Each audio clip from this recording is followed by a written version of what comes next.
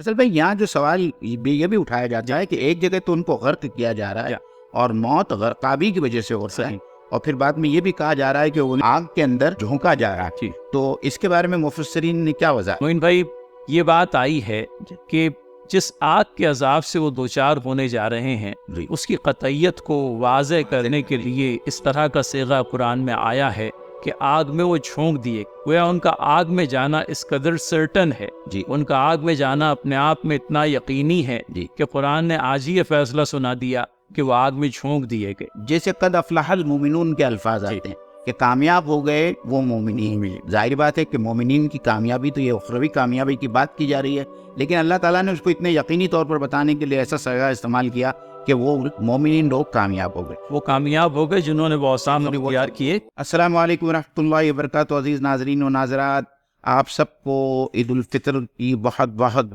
مبارکباد۔ اللہ تعالیٰ ہم سب کے روزوں کو اور رمضان کی عبادتوں کو قبول فرمائے، اور اس عید کو ہمارے لیے اور سارے امت مسلمہ کو اس عید کو خوشی اور شادمانی کا پیغام بنا کر کرے۔ الحمدللہ یہ چوتھی نشست ہے سورہ نوح کی۔ انشاءاللہ تعالیٰ آج آخری رکوع کا مطالعہ کیا جائے گا، اور اسی کے ساتھ میں اللہ نے چاہا تو سورہ نوح کی تفسیر پائے تکمیل تک پہنچے گی۔ تو اللہ کا نام لے کر ہم شروع کرتے ہیں۔ میرے ساتھ میں وکیل صاحب موجود ہیں، فیصل بھائی۔ السلام علیکم ورحمۃ اللہ وبرکاتہ۔ اعوذ باللہ من الشیطان الرجیم، بسم اللہ الرحمن الرحیم۔ قال نوح رب انہم عصونی واتبعوا من لم یزدہ مالہ وولدہ الا خسارا۔ اور نوح نے کہا اے میرے رب، ان لوگوں نے میری نافرمانی کی اور ان لوگوں کا اتباع اور پیروی کی جن کے مال اور اولاد کی کثرت نے ان کو صرف خسارے میں ہی ڈال دیا۔ ہم اس آیت کی ترجمانی کے بعد میں تفسیر سے پہلے اس بات کی وضاحت کرتے چلے کہ سورہ نوح میں جا بجا یہ ایسا ہوا ہے کہ کہیں اللہ تعالیٰ نے اپنی طرف سے کچھ بات پیش کی ہے اور پھر حضرت نوح کی بات کو جو ہے آگے بڑھایا گیا ہے۔ تو اس سے پہلے کی جو آیتیں آئی تھی وہ حضرت نوح علیہ السلام کے بجائے اللہ تعالیٰ نے جو اپنے طور پر تضمین کے طور پر جو باتیں کہی تھی وہ باتیں یہاں آئی ہے۔ اس کے بعد میں دوبارہ جو ہے یعنی حضرت نوح علیہ السلام نے اللہ کی ربوبیت اور اللہ کی شان کے بارے میں جو باتیں بیان کی تھی، اس کے بعد میں حضرت نوح علیہ السلام کی دعا یا بد دعا کی بات شروع ہو رہی ہے دوبارہ یہاں سے۔ ناظرین اس بات کا خیال رہے کہ کچھ حصے نبینا حضرت نوح علیہ السلام کی بات کا ایک حصہ ہے اور کہیں پر بات جو ہے ضمناً آئی ہوئی ہے، تو اس کا ہم کو تھوڑا سا اندازہ رکھنا ہوگا، ورنہ کہیں خدا نخواستہ کوئی غلط فہمی پیدا ہو سکتی۔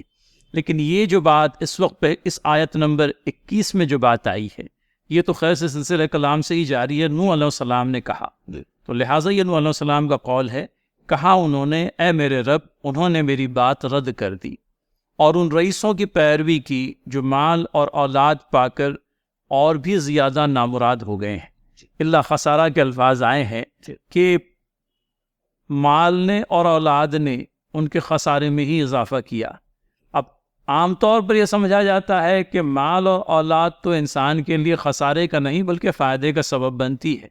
لیکن ان کی مال اور ان کے اولاد ان کے لیے خسارے کا سبب بنے کس بنا پر کہ مال اور اولاد کی نعمت پا چکنے کے بعد میں انہوں نے اس ذات باری تعالیٰ کو نہیں پہچانا جس کی در حقیقت نعمت ان لوگوں کو حاصل ہوئی۔ مال اور اولاد تو اللہ تعالیٰ کی طرف سے ملی ایک نعمت ہے، لیکن اس نعمت پر چونکہ انہوں نے اللہ تعالیٰ کا شکر بجا نہیں لایا، شکر بجا لانا تو دور کی بات، اللہ تعالیٰ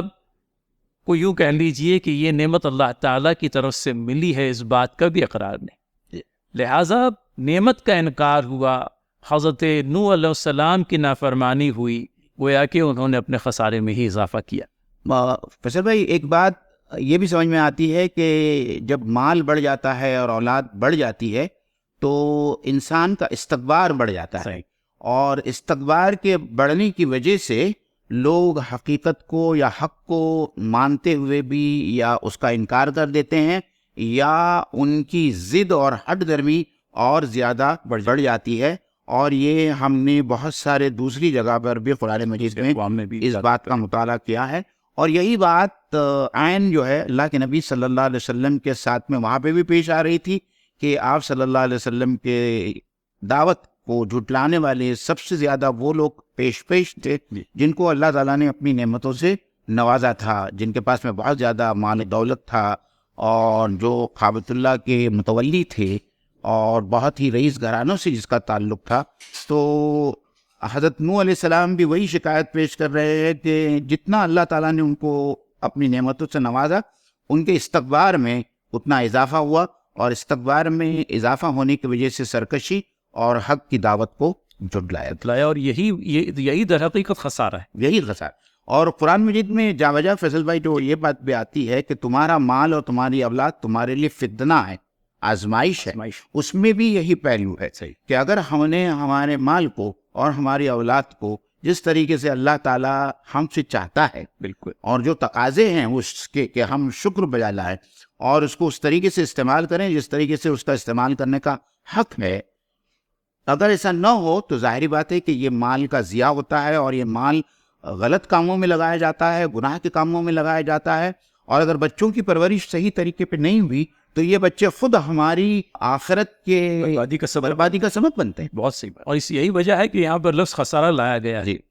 کہ ان کی نافرمانی، ان کی معصیت، اور اسی طرح سے اولاد کی نعمت پانے کے بعد اور مال کے حصول کے باوجود بھی اللہ تعالیٰ کا انکار بہرحال ان کے لیے خسارے کا باعث بنا. تو یہ پہلی آیت ہے ناظرین، آیت نمبر 21. نوح علیہ السلام نے کہا میرے رب انہوں نے میری بات رد کر دی اور ان رئیسوں کی پیروی کی جو مال اور اولاد پا کر اور زیادہ نامراد ہو گئے ہیں. اب پھر اس کے بعد میں حضرت نوح علیہ السلام ان ظالموں کا، یا یوں کہہ لیجئے کہ اپنے قوم کے ان سرداروں کا تذکرہ کرتے ہوئے آگے فرماتے ہیں. پہلے عربی کا متن دیکھ لے. اعوذ باللہ من الشیطان الرجیم ومکروا مکرا کبارا، اور ان لوگوں نے بڑا بھاری مکر کا جال پھیلا رکھا ہے. تو یہ مکر کا جال معین بھائی تفہیم کے اندر میں بہت قرآن کے مختلف مقامات سے یہ سرداران قوم نوح کے جو اقوال ہیں ان کو مولانا نے نوٹ کیا ہے اور بتایا ہے کہ کس طرح سے ایک میلیشیس کیمپین ہے جو نوح علیہ السلام کی دعوت کے خلاف جو ہے چلایا گیا. نوح علیہ السلام کی ذات کو بھی نشانہ بنایا گیا. نوح علیہ السلام پر ایمان لانے والے افراد سماج کے پچھڑے ہوئے طبقے سے متعلق تھے. نعمت ایمان اللہ تعالیٰ جسے چاہے عنایت کرے، وہ سماج کا پچھڑا ہوا طبقہ ہو یا سماج کے روسائے اعظم ہو، اللہ تعالیٰ نے اپنے فضل خاص سے انہیں نوازا. لیکن اس بات پر بھی کہیں اعتراض جڑا گیا کہ تمہارے پیرو تو سماج کے پچھڑے ہوئے طبقے سے متعلق لوگ ہیں، تم پر ہم کیسے ایمان لائیں. جی. اور فیصل بھائی ہم نے یہ سورہ شروع کرنے سے پہلے بھی یہ بات کہی تھی کہ اس سورہ میں حضرت نوح علیہ السلام کی زندگی کے واقعات بیان نہیں ہوئے ہیں، یہاں صرف ان کے دعوت کے پہلو کو مد نظر رکھا گیا ہے. تو حضرت نوح علیہ السلام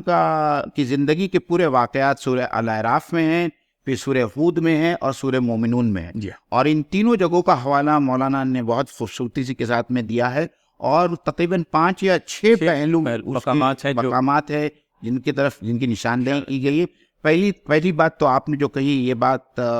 سورہ اعراف میں بھی کہی گئی، سورہ مومنون میں بھی کہی گئی. پھر یہ بھی کہا جاتا تھا حضرت نوح علیہ السلام سے کہ اگر اللہ کو اپنا پیغام بھیجانا ہوتا یا بھجوانا ہوتا تو اللہ تعالیٰ کسی فرشتے کو بھیجتے، یا اللہ تعالیٰ نے اس آدمی کے ساتھ میں کسی فرشتے کو کیوں نہیں نازل کیا، یا اس شخص کے ساتھ میں اللہ تعالیٰ نے بہت ساری مال و دولت اور اس قسم کی نعمتیں کیوں نہیں دیں، یا ہمارے پاس میں اس بات کا کیا ثبوت ہے کہ اللہ تعالیٰ کی طرف سے اس شخص کے اوپر وحی نازل ہوتی ہے تاکہ ہم اس کو حق سمجھیں. اور پھر کچھ لوگوں نے یہ بات بھی کہی کہ یہ شخص ہم سب لوگوں کے اوپر اقتدار اور فوقیت حاصل کرنا چاہتا ہے، سرداری حاصل کرنا چاہتا ہے، اس لیے وہ اس قسم کی بات کر رہا ہے. اور آخری بات جو کہی گئی اور جو مولانا نے لائی ہے، جو ہمیشہ کہا جاتا ہے کہ اس کے اوپر کسی جن کا سایہ ہے. جاہلیت میں مبتلا اقوام کو جن نے بہت ستایا. یہ حضرت محمد مصطفیٰ صلی اللہ علیہ وسلم کے تعلق سے بھی مجنون والی بات جو ہے، جن کا سایہ ہونے والی بات، اس طرح کی باتیں ہوتی رہی ہے. لیکن زیر غور آیت کے اندر میں معین بھائی کئی یہ پہلو بھی کہ اس وقت میں بھی جو اویلیبل ذرائع ابلاغ رہے ہیں جی ان کا استعمال کر کے اسلام کے خلاف میں اور اسلام کے اس نمائندہ حضرت نوح علیہ السلام کے خلاف میں جس طرح کا ایک ویشیس کیمپین چلایا گیا، یہ بات معلوم ہوتا ہے ہر دور میں ہوتا ہے۔ نبینا حضرت محمد مصطفیٰ صلی اللہ علیہ وسلم کے زمانے میں بھی ایڑی چوٹی کا زور لگایا جاتا تھا جی اور اس بات کا کیمپین باقاعدہ چلایا جاتا تھا مختلف میلوں ٹھیلوں کے اندر میں، مختلف اجتماعات کے اندر میں، کہ حضرت محمد مصطفیٰ صلی اللہ علیہ وسلم کی بات کو لوگ نہ سنیں۔ تو یہ چیز رہی، اور یہ بھی ایک ہتھیار ہے، مکر کا ہتھیار، جو انبیائی دعوت کو نیچا دکھلانے کے لیے استعمال کیا گیا، اس وقت بھی کیا گیا، اور آج کے جہلا بھی اس پرانی جاہلیت کے تابع ہیں، آج بھی اسلام کو اور مسلمانوں کو بدنام کرنے کے لیے ہر وقت کوشش کی ہی جاتی رہی ہے۔ آج تو ماڈل ذرائع ابلاغ ہونے کی وجہ سے ان کا کام اور بھی زیادہ سہل ہو گیا ہے، لیکن بہرحال ہم کو بھی اپنے طور پر دین کی صحیح تصویر پیش کرنے کے لیے جس قدر ذرائع ابلاغ ہمیں حاصل ہے کوشش کرنی ہوگی۔ وہ زبانیں جن کے اندر میں ہم اللہ تعالیٰ کے پیغام کو ہمارے ہم وطنوں تک پہنچا سکتے ہیں سیکھنی ہوگی، اور ان تک اللہ تعالیٰ کا یہ پیغام پہنچانا ہوگا کہ وہ مکر کا جال جو اہل جہل نے پھیلا رکھا ہے اس کا توڑ کہیں ہمیں اللہ تعالیٰ کے فضل سے حاصل ہو۔ موین بھائی، یہ آیت نمبر 22 ہے جی اور پھر اس کے متصلاً بعد جو آیت آتی ہے جی ان کے طرز عمل کی طرف، کہ ایک طرف تو یہ ویشیس کیمپین ہے جو انہوں نے چلایا، اور پھر دوسری طرف اپنی قوم کو ان معبودان باطلہ سے جڑائے رکھنے کے لیے انہوں نے جو اپیل کی اس کا بیان ہوتا ہے۔ جی تو اگر آپ اس آیت کی تلاوت کر دیں۔ وقالوا لا تذرن آلهتكم ولا تذرن ودا ولا سواعا ولا يغوث ويعوق ونسرا۔ ان لوگوں نے بڑا بھاری مکر کا جال پھیلا رکھا تھا، یہ پہلے والی آیت۔ انہوں نے کہا ہرگز نہ چھوڑو اپنے معبودوں کو، نہ چھوڑو ود کو، سوا کو، یغوث، یعوق اور نصر کو۔ تو یہ جو 5 نام آئے ہیں موین بھائی، جی ان کے سلسلے میں اگر ہلکی سی وضاحت ہو جائے، جی کیونکہ ہمیں بہت زیادہ دلچسپی کا باعث نہیں ہو سکتے، یہ 5 بت ہیں جی قوم نوح کے جی علیہ السلام، اور ان 5 بتوں سے چمٹے رہنے کی تاکید، گویا کہ اپیل اہل قوم کے سرداروں نے کی، اور انہوں نے کہا ہرگز نہ چھوڑو اپنے معبودوں کو۔ جی تو ایک یہ طرف 5 بت جس کے نام لیے جا رہے ہیں، اس کے اندر ود اور سوا ان کے سب سے بڑے 2 بت تھے، جی اور ایک پہلو یہ بھی بہت ہی دلچسپی کا باعث ہوگا کہ سوا نام کی جو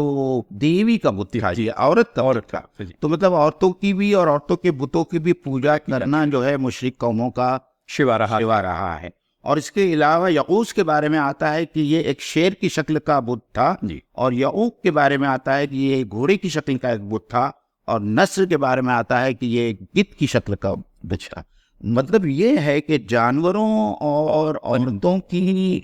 بتوں، ان کے شکل کے بت بنانا اور ان کی پوجا کرنا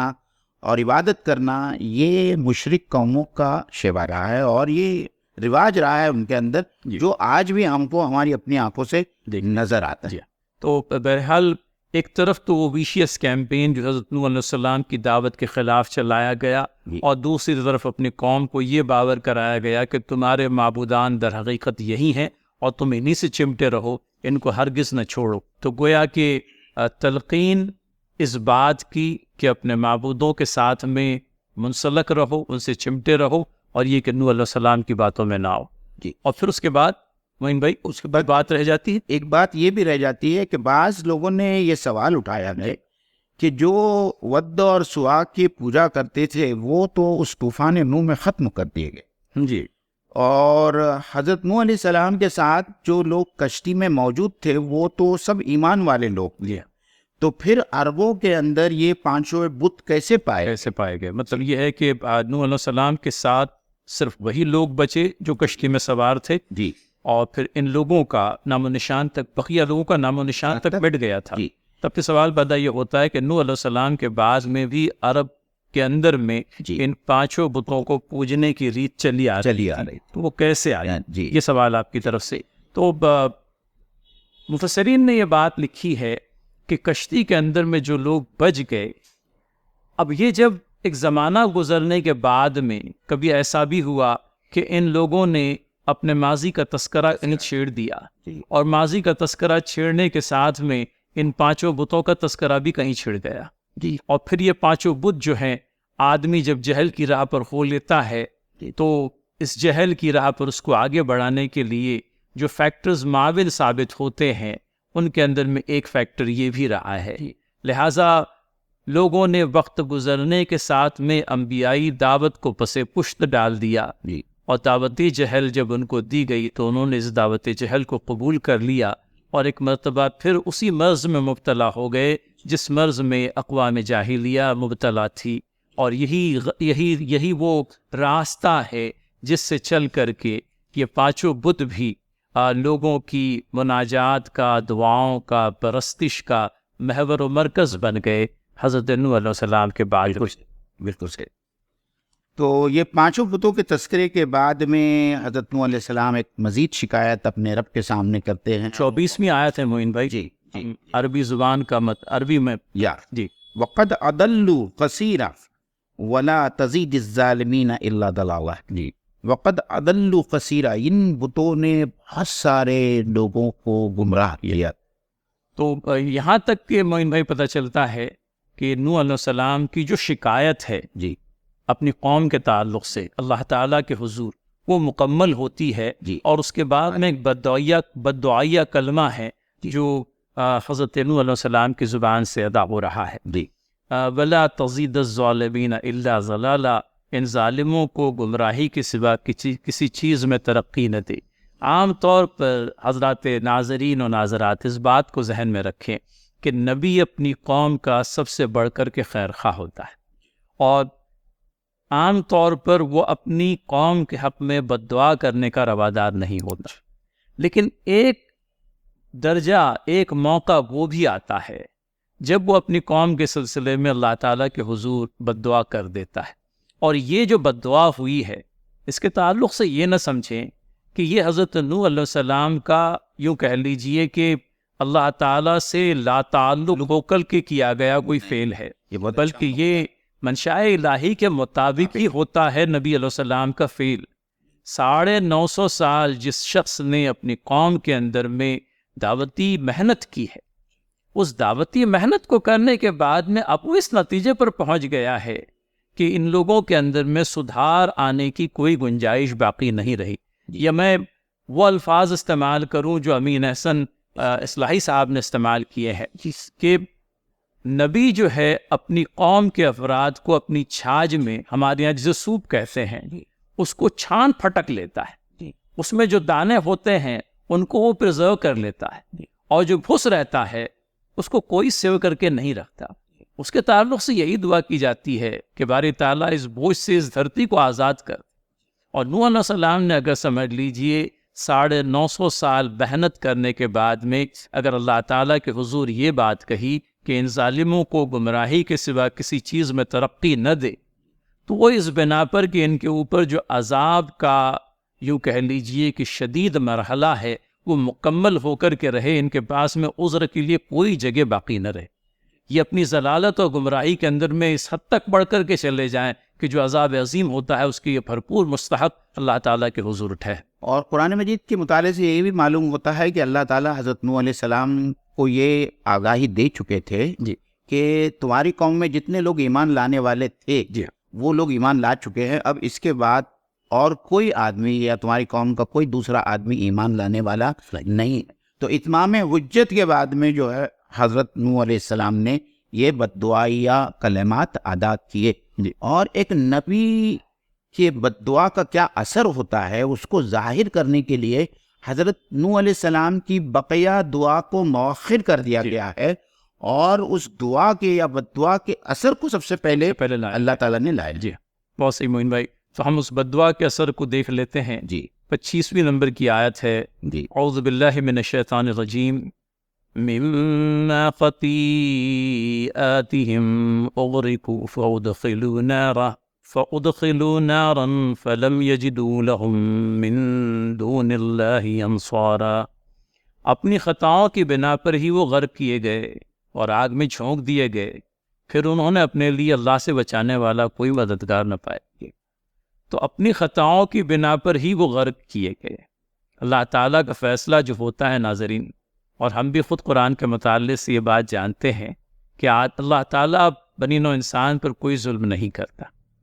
بلکہ بنی نوع انسان خود ہی اپنے اوپر ظلم کے مرتکب ہوتے ہیں، اور اسی کے نتیجے میں یہ بات آئی، اپنی خطاؤں کی بنا پر ہی وہ غرق کیے گئے۔ فیصل بھائی، یہاں جو سوال یہ بھی اٹھایا جاتا ہے کہ ایک جگہ تو ان کو غرق کیا جا رہا ہے اور موت غرقابی کی وجہ سے ہو رہا ہے، اور پھر بعد میں یہ بھی کہا جا رہا ہے کہ انہیں آگ کے اندر جھونکا جا رہا ہے، تو اس کے بارے میں مفسرین نے کیا وضاحت؟ آگ میں جھونک دیے گئے، یہ باقاعدہ الفاظ اسی طرح کے ترجمہ ہے، تو سوال کہیں یہ بھی پیدا ہوتا ہے کہ اخروی عذاب تو بہرحال روز آخرت دیا جائے گا ان پر اللہ تعالیٰ کی عدالت قائم ہو جانے کے بعد میں، لہٰذا یہ صیغہ جو استعمال کیا گیا کہ آگ میں جھونک دیے گئے، معلوم ہوتا ہے ایک عذاب سے نکلے اور دوسرے عذاب میں ڈالے گئے۔ تو معین بھائی، یہ بات آئی ہے کہ جس آگ کے عذاب سے وہ دوچار ہونے جا رہے ہیں اس کی قطعیت کو واضح کرنے کے لیے اس طرح کا صیغہ قرآن میں آیا ہے کہ آگ میں وہ جھونک دیے، گویا ان کا آگ میں جانا اس قدر سرٹن ہے، ان کا آگ میں جانا اپنے آپ میں اتنا یقینی ہے کہ قرآن نے آج ہی یہ فیصلہ سنا دیا کہ وہ آگ میں جھونک دیے گئے۔ جیسے قد افلح المومنون کے الفاظ آتے ہیں کہ کامیاب ہو گئے وہ مومنین، ظاہر بات ہے کہ مومنین کی کامیابی تو یہ اخروی کامیابی کی بات کی جا رہی ہے، لیکن اللہ تعالیٰ نے اس کو اتنے یقینی طور پر بتانے کے لیے ایسا صیغہ استعمال کیا کہ وہ مومنین لوگ کامیاب ہو گئے، وہ کامیاب ہو گئے جنہوں نے وہ اوسام اختیار کیے جن کا کہ تذکرہ پہلی آیات میں آیا ان کے اندر۔ اور کچھ مفسرین نے یہ بھی لکھا ہے کہ یہ برزخی عذاب کی ایک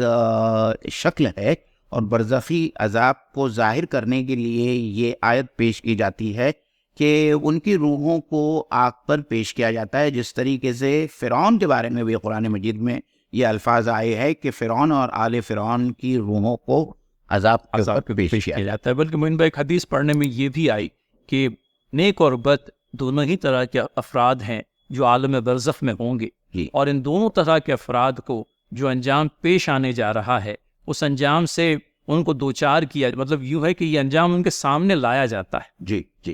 تاکہ جو نیک ہیں ان کو اس بات کا اطمینان حاصل ہو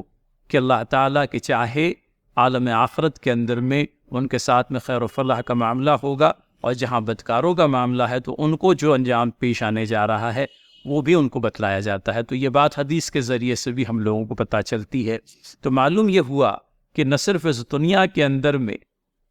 انکار کے نتیجے میں غرقابی کا عذاب جھیلنا پڑا، بلکہ اس دنیا سے گزر جانے کے بعد میں یوم آخرت بھی ان انکاریوں کو اللہ تعالیٰ بھرپور عذاب سے نوازیں گے، آگ میں جھونک دیے گئے، گویا کہ آگ کا عذاب ان کے لیے منتظر ہے۔ چلے فلم یجید لہم من دون اللہ انصارا، اور اللہ تعالیٰ کے سوا ان کو کوئی بچانے والا نہیں۔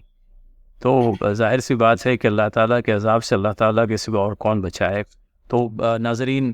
وہ مقام جہاں پر ہم بھی اللہ تعالیٰ سے دعا کریں کہ باری تعالیٰ عذاب جہنم سے ہمیں بچا کر جنت کا نہ صرف امیدوار بنا بلکہ اپنے فضل خاص سے جنت الفردوس میں ہمیں بھی جگہ نصیب کر، ہماری گناہوں اور غلطیوں سے مغفرت، ہماری کوتاہیوں سے۔ قرآن مجید کی ترتیل کا ایک بڑا اچھا پہلو جو آپ نے سامنے لایا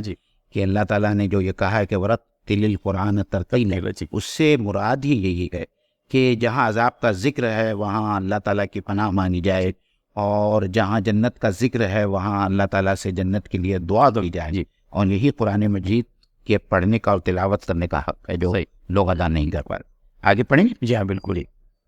وقال نوح ربی لا تذر على الارض من الكافرین دیارا انك ان تذرهم يضلوا عبادك ولا يلدوا الا فاجرا كفارا رب اغفر لي ولوالدي ولمن دخل بيتي مؤمنا وللمؤمنين والمؤمنات ولا تزيد الظالمين الا تبارا۔ صدق اللہ العظیم۔ حضرت نوح علیہ السلام کی دعا کا کچھ تو حصہ اس سے پہلے آیت نمبر 24 کے اختتام پر ولا تزد الظالمین الا ضلالا، اور پھر اس کے بعد میں وہ انجام جس سے کہ یہ لوگ دوچار کیے گئے، اور پھر دوبارہ حضرت نوح علیہ السلام کی دعا کا سلسلہ جاری ہے۔ نوح علیہ السلام نے کہا، میرے رب ان کافروں سے کوئی زمین پر بسنے والا نہ چھوڑ، اگر تو نے ان کو چھوڑ دیا تو یہ تیرے بندوں کو گمراہ کریں گے اور ان کی نسل سے جو بھی پیدا ہوگا بدکار اور سخت کافر ہی ہوگا۔ تو یہ تو وہ بددعا کا کلمہ ہے جو اب جا کر کے مکمل ہو رہا ہے۔ نوح علیہ السلام نے کہا معین بھائی میرے رب ان کافروں میں سے کوئی زمین پر بسنے والا نہ چھوڑ۔ جو بہت سخت الفاظ سخت ہیں، اور پھر میں سمجھتا ہوں کہ اگر میں پوری وہ جو بددعائیہ کلمہ ہے ہم پورا پڑھ لیتے ہیں ایک مرتبہ۔ اگر تو نے ان کو چھوڑ دیا تو یہ تیرے بندوں کو گمراہ کریں گے اور ان کی نسل سے جو بھی پیدا ہوگا بدکار اور سخت کافر ہی ہوگا۔ تو اس درجہ اپنی قوم کے تعلق سے ایک نبی جس بات کا اظہار کر رہا ہے، آخر کو کیوں؟ آخر میں یہی بات سمجھ میں آتی ہے کہ نوح علیہ السلام نے اپنی قوم پر 950 سال محنت کرنے کے بعد میں ان افراد کو چھانٹ لیا جو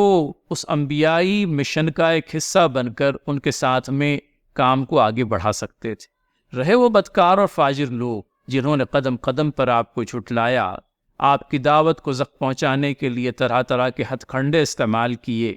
اور آپ کے اور آپ کے ساتھیوں کی تضحیق کی، نبینا حضرت نوح علیہ السلام کی ذات تک کو بھی نشانہ بنایا گیا۔ تو ان سب باتوں کے چلتے حضرت نوح علیہ السلام کی یہ بددعا اپنے آپ میں حق بجانب ہے، اور یہ حق بجانب دعا کے تئیں انہوں نے اللہ تعالیٰ سے یہ گزارش کی ہے کہ ان لوگوں میں سے کسی کو بھی زمین پر بسنے والا نہ چھوڑ، گویا کہ ان لوگوں کو فنا کے گھاٹ اتار دے، ان میں سے کوئی بھی باقی نہ بچے، کیونکہ اگر یہ باقی بچیں گے تو ان کے اندر میں کفر و ضلالت کی جو انتہا میں نے دیکھی ہے اس کے چلتے آئندہ نسل کی گمراہی کا ہی یہ لوگ باعث و سبب بننے والے ہیں۔ بالکل، دوسرے لوگوں کو بھی وہ اسی گمراہ راستے کی طرف وہ لوگ بلائیں گے، اور ان کے بچے خود اپنے والدین کا اتباع کریں گے، اور ان کی نسل سے جو بھی پیدا ہوگا بدکار اور سخت کافر ہوگا۔ یہ نوح علیہ السلام کا کلمہ ہمارے لیے تھوڑا سا یوں کہہ لیجئے کہ تشریح طلب بھی ہے، غور طلب بھی ہے۔ عام طور پر ناظرین یہ سمجھایا جاتا ہے، اور ہمیں حدیث کے اندر میں بھی وہ بات ملتی ہے کہ ہر بچہ جو ہے فطرت پر پیدا، اور فطرت اللہ جو ہے وہ کسی سلیم فطرت بچے کو، مطلب فطرت پر پیدا ہونے والا بچہ جو ہے وہ شرک اور کفر کی ضلالتوں سے پاک ہوتا ہے، وہ ایک قلب سلیم کے ساتھ میں اس دنیا کے اندر میں تشریف لاتا ہے۔ لیکن آگے کی جو حدیث ہے معین جی، وہ اللہ کے نبی صلی اللہ علیہ وسلم کا یہ کہنا کہ اس کے والدین اسے نصرانی بنا دیتے ہیں، یہودی بنا دیتے ہیں۔ تو یہ جو بچوں کے سلسلے میں نوح علیہ السلام نے یہ بات کہی ہے، اس کو ہمیں اس حدیث کے ذریعے سے سمجھنے کی ضرورت ہے کہ پیدا ہونے والا ہر بچہ تو فطرت سلیم پر ہی پیدا ہوتا ہے۔ اللہ تعالیٰ اپنے فضل خاص سے فطرت اللہ پر اس کو پیدا کرتا ہے، لیکن یہ جو ماحول ہے نوح علیہ السلام کا، نوح علیہ السلام کے بدکردار لوگوں کے جو خاندان ہے ان کو اچھی طرح سے دیکھا بھالا ہے نوح علیہ السلام، اور نوح علیہ السلام کا یہ کنوکشن ہے کہ اگر اس خاندان کے اندر میں کوئی اولاد فطرت صالح پر پیدا ہو بھی گئی تو یہ والدین اس کو فطرت صالح پر رہنے نہیں دیں گے، اس کو وہ فاسق اور فاجر بنا کر کے ہی چھوڑیں گے۔ لہٰذا جو امیدیں اس فاسق فاجر قوم کی اولاد سے ہو سکتی تھی، وہ اس امید کے علاوہ اور کچھ نہیں تھی کہ ان کے اندر میں فسق و فجور ہی آئے گا اور ان کے ذریعے سے فسق و فجور ہی پنپے گا۔ لہٰذا یہ جو بات کہی گئی اس کو آپ اس بات پر معمور نہ کریں کہ حضرت نوح علیہ السلام نے کوئی ایسی بات کہہ دی جو خلاف حق ہے، بلکہ اگر یہ بات بھی کہی تو وہ عین مبنی بر حق ہے کہ ان کی نسل سے جو بھی پیدا ہوگا بدکار اور سخت کافر ہوگا۔ درمیان میں اس بات کو سمجھنے کی ضرورت ہے کہ بچہ جو پیدا ہوگا پیدا تو فطرت سلیم پر ہی ہوگا، لیکن جس خاندان میں اس نے آنکھیں کھولی ہے، جس ماحول کے اندر میں وہ پرورش پانے جا رہا ہے، وہ اسے فاسق و فاجر بنا کر کے چھوڑے گا۔ لہٰذا یہ بات آئی کہ ان کی نسل سے جو بھی پیدا ہوگا بدکار اور سخت کافر ہوگا۔ اور فضل بھائی ہمارا مشاہدہ ہے، ہم اس وقت بھی زمانے میں ہم دیکھ رہے ہیں کہ بہرحال پیدا ہونے والا بچہ، بہت کم لوگ ایسے ہوتے ہیں جو اپنے روایتی خاندانی دین کو چھوڑ کر دین اسلام میں داخل ہوتے ہیں۔ باقی سب لوگ تو وہی ہے کہ جو اپنے آبا و اجداد کے دین کو جو ہے اسی کو اختیار کرتے ہیں، اسی کے ساتھ میں آگے بھی چلتے ہیں، اور ان کے ساتھ میں جو دوسرے زنجیریں جکڑی ہوئی ہوتی ہیں ان زنجیروں کو ان کے لیے توڑنا جو ہے مشکل ہو جاتا ہے، اور ہم میں کوئی ایسا نوح علیہ السلام نہیں ہے جو 900 سال تک جو ہے اتمام حجت کرے یا دعوت دے. ہم تو 9 پل بھی جو ہے دعوت نہیں دے پا رہے ہیں. لیکن ناظرین بہرحال یہ اب چونکہ آپ نے یہ گفتگو چھیڑ ہی دی تو ہمیں ایک مرتبہ پھر اپنے آپ کو یاد دہانی کرانی ہوگی. ناظرین میں آپ کا لفظ اس لیے استعمال کر رہا ہوں کیونکہ اس صیغے کے اندر میں ہم سبھی آ جائیں گے. اصل کرنے کا کام امت کا جو تھا، امت نے اس کام کو یوں کہہ لیجئے کہ کیا نہیں، اور آج جس قدر بھی مصیبتیں یوں کہہ لیجئے کہ بہتے ہوئے پانی کی طرح ہماری طرف آ رہی ہے، میری اپنی دانش میں یہ سمجھتا ہوں کہ یہ ہماری کوتاہی کا شاخسانہ ہے جو ہمیں بھگتنا پڑ رہا ہے. اور آج بھی اس مصیبت سے نکالنے کے لیے جو فارمولہ ہو سکتا ہے وہ یہی فارمولہ ہے، اللہ تعالیٰ کے دین کی طرف لوگوں کو بلانا، کہ اس دین کی حقانیت جو ہے اپنی جگہ اظہر من الشمس ہے، اور جب لوگوں کو اس کی طرف بلایا جائے گا تو دشمن بننے کی بجائے اللہ تعالیٰ نے چاہا دوست بن جائیں گے. تو ناظرین یہ چند ایک باتیں حضرت نوح علیہ السلام کی اس بد دعا کے ضمن میں، اور اب دعائیہ کلمہ حضرت نوح علیہ السلام کی طرف سے رب اغفر لی ولوالدی ولمن دخل بیتی مؤمنا وللمؤمنین والمؤمنات ولا تزید الظالمین الا تبارا. دعا جو ہے حضرت نوح علیہ السلام کی مجھے اور میرے والدین کو اور ہر اس شخص کو جو میرے گھر میں مومن کی حیثیت سے داخل ہوا ہے، اور سب مومن مردوں اور عورتوں کو معاف فرما دیجیے. تو ایک طرف تو دعا ان لوگوں کے حق میں جن لوگوں نے حق کا انکار کیا، اور ایک دعا اہل ایمان کے حق میں، خصوصیت کے ساتھ میں والدین کا بھی تذکرہ آتا ہے. اور یہ دعا ہمیں بھی سکھلائی گئی ہے، ربنا اغفر لی ولوالدی وللمؤمنین یوم یقوم الحساب. اس میں تمام تر مومنین بھی آ گئے، ہماری اپنی ذات بھی آ گئی، اور ہمارے چہیتے والدین بھی آ گئے. تو وہی انداز ہم لوگوں کو یہاں پر بھی ملتا ہے. یہ دعا جس کا کہ ہم نے تذکرہ کیا معین بھائی، جی ربی جعلنی مقیم الصلاۃ، میں سمجھتا ہوں ابراہیم علیہ السلام کی دعا، اور ابراہیم علیہ السلام سے پہلے گزرے ہیں حضرت نوح علیہ السلام، اور دونوں نبیوں کی دعا کے اندر میں آپ کو جو مماثلت ملتی ہے وہ دیکھیے. وہاں پر بھی ہمارا تذکرہ، والدین کا تذکرہ، اور تمام تر اہل ایمان کا تذکرہ. اور یہاں بھی نوح علیہ السلام، تمام تر انبیاء علیہ السلام کے سلسلے میں یہ بات آتی ہے کہ وہ آپس میں بھائی بھائی ہیں. تو میرے رب مجھے اور میرے والدین کو اور ہر اس شخص کو جو میرے گھر میں مومن کی حیثیت سے داخل ہوا ہے، اور سب مومن مردوں اور عورتوں کو معاف فرما دے. تو یہ جامع دعا بھی، اور اپنے آپ میں خیماگیر دعا. قرآن کے الفاظ یعنی معین بھائی ایک ذاتی تجربہ تھوڑا سا بیان کرتا چلوں تاکہ ہمارے ناظرین بھی قرآنی دعاؤں سے ہم کیسے استفادہ کر سکتے ہیں. دعا مانگنے کے لیے آدمی ہاتھ اٹھاتا ہے، پروردگار میری مغفرت فرما، میرے والدین کی مغفرت فرما، میرے برادران کی مغفرت فرما، پڑوسیوں کی، دوستوں کی. یہ سب چیزیں آپ کہنے کی بجائے کہہ دیں ربنا اغفر لی ولوالدی وللمؤمنین یوم یقوم الحساب. سبھی آ گئے، سبھی لوگ، سبھی آ گئے، سبھی اہل ایمان آ گئے. اس دھرتی پر روز ازل سے لے کر روز ابد تک جتنے اہل ایمان ہیں، بشمول ہم، ہمارا خاندان، ہمارے والدین، سب، ان سب کے لیے تو جامعیت دیکھیے، ہماگیریت دیکھیے. یہ انبیائی دعائیں ہم کئی ایک جملوں کے اندر میں بھی ایک اس جملے کا حق ادا نہیں کر پاتے. تو اسی لیے کہتے ہیں کہ اللہ تعالیٰ سے مانگے ان الفاظ میں جو اللہ تعالیٰ نے اپنی کتاب میں اپنے فضل خاص سے ہم لوگوں کو سکھلائے ہیں، تاکہ دعا بھرپور ہو، اور دعا ہماگیر ہو، اور دعا جو ہے یوں کہہ لیجئے کہ جامعیت سے بھرپور ہو. اور فیصل بھائی ایک بات جس کی طرف اشارہ کرنا چاہوں گا میں، بعض اوقات ایسا لگتا ہے اور کچھ لوگوں نے لکھا بھی ہے کہ ہم دعا مانگتے نہیں، ہم دعا پڑھتے ہیں. جی تو اس کا مقصد یا بتانے کا مطلب یہ ہے کہ یہ تو بالکل صحیح ہے کہ قرآنی الفاظ کا استعمال کیا جائے، یا اللہ کے رسول صلی اللہ علیہ وسلم کی جو مسنون دعائیں وہ پڑھی جائیں، لیکن دعا پڑھتے وقت اس بات کا خیال رہے کہ اس کا معنی اور مفہوم بھی ہم کو بہت صحیح، بہت صحیح معین. تو تبھی اس کے اندر وہ تاثیر پیدا ہوتی، وہ درد، وہ تڑپ جو ہے اس دعا کے اندر پیدا ہوگی، اور اللہ تعالیٰ اس کو قبول کر لے گا. جی ہاں، یہ پہلو بہرحال ہمارے سامنے رہنا چاہیے. ناظرین، ہم آخری آیت کے آخری ٹکڑے پر آ رہے ہیں، وَلَا تَزِدِ الظَّالِمِينَ إِلَّا تَبَارًا، اور ظالموں کے لیے ہلاکت کے سوا کسی چیز میں اضافہ نہ کر. گویا کہ دعا کے اختتام پر بھی یہ نوح علیہ السلام کا یوں کہہ لیجئے کہ کئی اس طرف بھی ذہن جاتا ہے